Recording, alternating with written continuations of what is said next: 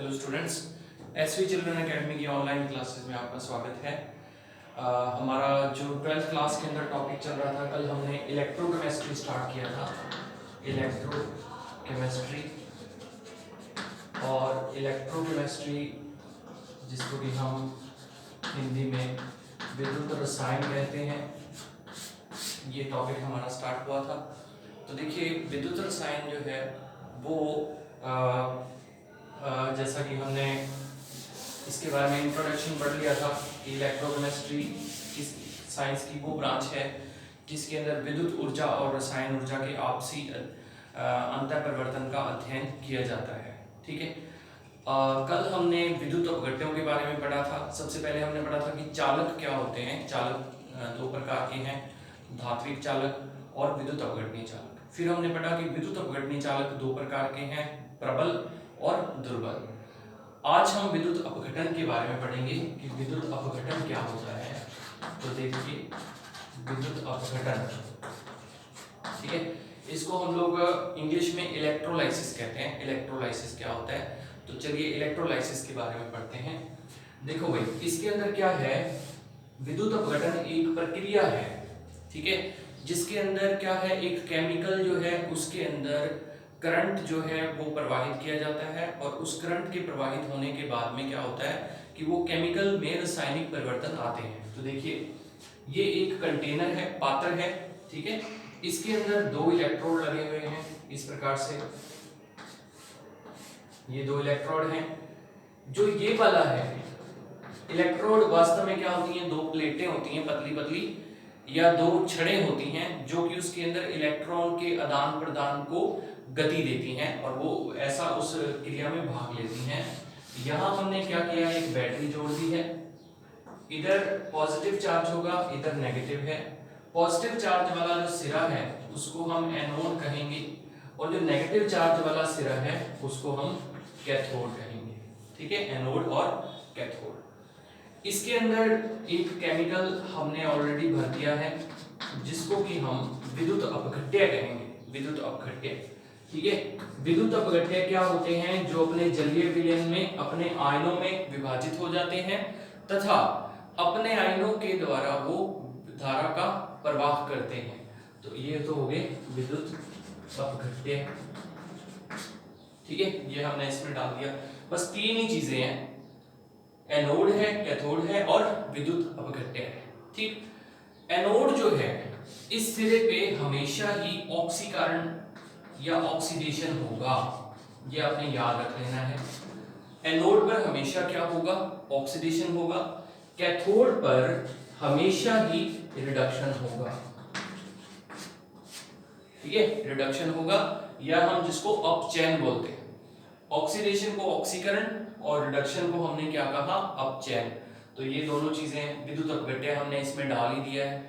अब जैसे ही इसके अंदर करंट फ्लो होगा, जैसे ही अपने इसमें धारा का प्रवाह जो है वो स्टार्ट करते हैं, चालू करते हैं, तो इसमें जो धारा है वो प्रवाहित होगी और फिर इसमें कुछ रासायनिक अभिक्रियाएं संपन्न होंगी। क्या होंगी वो मैं समझाता हूं। मान लेते हैं कि विद्युत अपघट्य की जगह हमने इसमें NaCl लिया, ठीक है, NaCl लिया, पानी के अंदर हमने NaCl को घोल दिया, तो NaCl जो है वो टूट गया अपने आयनों के अंदर।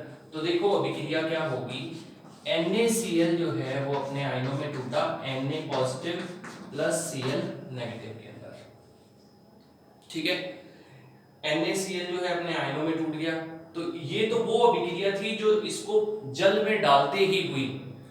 नॉर्मल अगर हम पानी का गिलास लें, एक उसमें पानी हो और उसके अंदर नमक डाल दें, तो ये क्रिया होती है, उसमें करंट प्रवाहित करने की जरूरत नहीं है, तो ये क्रिया होगी। अब क्या होगा, एनोड पर क्या होगा, तो अपने जानते हैं कि एनोड जो है उस पर ऑक्सीकरण होगा। ऑक्सीकरण का मतलब होता है इलेक्ट्रॉन का त्यागना, ठीक, तो इलेक्ट्रॉन त्यागे जाएंगे इसमें। तो देखो इलेक्ट्रॉन है किसके पास, क्लोरीन के पास है, यानी कि ये वाला सिरा जो नेगेटिव है इस पर तो इसमें से पॉजिटिव, जैसे मैं मान लूं कि ये NaCl है यहाँ पर इस प्रकार से टूटा हुआ, ये ऐसे है, तो नेगेटिव सिरे पे तो कौन जाएगा, पॉजिटिव वाला, यानी कि Na जो है वो इस कैथोड पे चिपकेगा जाके, और जो Cl है वो कहां चिपकेगा, एनोड के ऊपर, क्योंकि उसकी खुद के ऊपर तो नेगेटिव चार्ज है और एनोड पे पॉजिटिव होता है तो उसके ऊपर जाके ये चिपकेगा।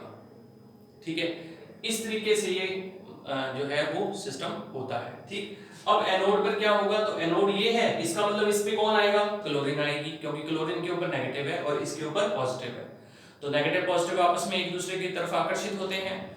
तो देखो एनोड पर अभिक्रिया क्या होगी, जो Cl नेगेटिव है, दो लेते हैं अपने, ये Cl Cl2 में बदलेगा और 2 इलेक्ट्रॉन त्याग देगा।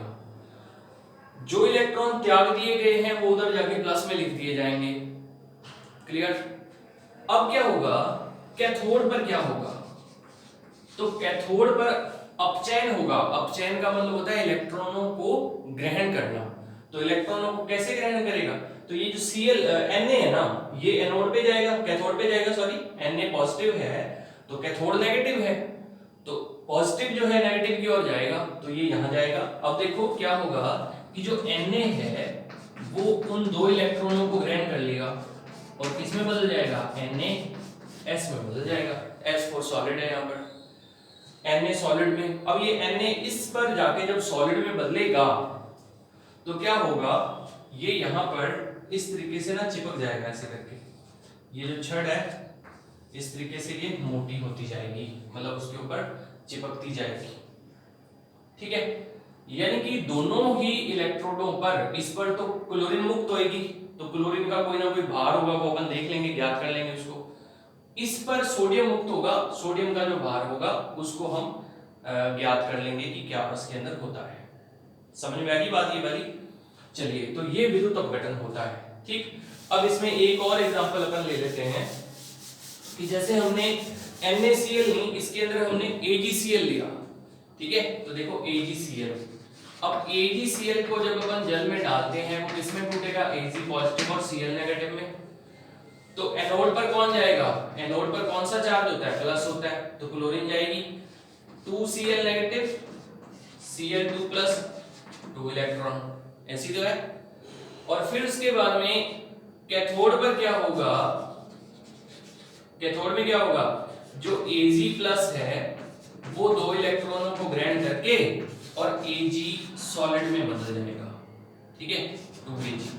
अच्छा, ये Ag कैथोड पे इकट्ठा होना है। अब मुझे एक बात बताओ कि अगर यहाँ पर ये कैथोड है और इस पर अगर हम एक लोहे की रॉड लगा देते, लोहे की रॉड है यहाँ पर, इस लोहे की रॉड पर अगर हम यहाँ Ag अगर इस पे इकट्ठा होता तो Ag जो है सारी रॉड पे चिपक जाता ना ऊपर की ओर, चांदी जो है वो पूरी रॉड के ऊपर चिपक जाती। अगर चांदी इसके ऊपर चिपक जाएगी तो रॉड जो है या जो ये कैथोड वाला प्लेट है ये बाहर से कैसी दिखेगी, चांदी की दिखेगी। मतलब ये हुआ कि अंदर कोई और धातु है और उसके ऊपर किसी दूसरी धातु का लेप हो गया है। तो इस विधि को विद्युत लेपन कहा जाता है।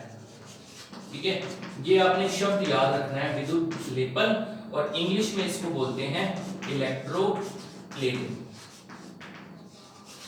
इलेक्ट्रोप्लेटिंग मतलब ये हुआ कि जब किसी भी धातु पर विद्युत अपघटन की क्रिया के द्वारा किसी दूसरी धातु का लेप कर दिया जाता है तो उसको हम क्या कह देते हैं, विद्युत अपघटन कहते हैं।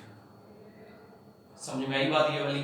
तो ये भैया विद्युत अपघटन की जो क्रिया थी ये आपको समझ में आ गई। ये विद्युत अपघटन कहते हैं इसको, और ये आपको अच्छे से समझ लेना है। ठीक है, अब क्या है कि विद्युत अपघटन जो है इसके ऊपर फिर एक कुछ नियम दिए गए थे। तो फेराडे एक साइंटिस्ट था, फेराडे एक नियम, ठीक है, फेराडे ने कुछ नियम दिए थे और वो नियम क्या थे। पहला नियम जो था वो विद्युत अपघटन का था और उसमें क्या बताया गया था कि विद्युत अपघट्य जब किसी इलेक्ट्रोड के ऊपर निक्षेपित होता है तो उसकी मात्रा का करंट के साथ क्या संबंध है, ये उसने नियम दिया था। और दूसरा जो नियम था वो था कि विद्युत अपघटन की क्रिया में इलेक्ट्रोड पर निक्षेपित होने वाली पदार्थ की जो मात्रा है वो उस पदार्थ के तुल्यांकी भार के साथ संबंधित होती है। ठीक है, तो ये हमने नेक्स्ट वीडियो के अंदर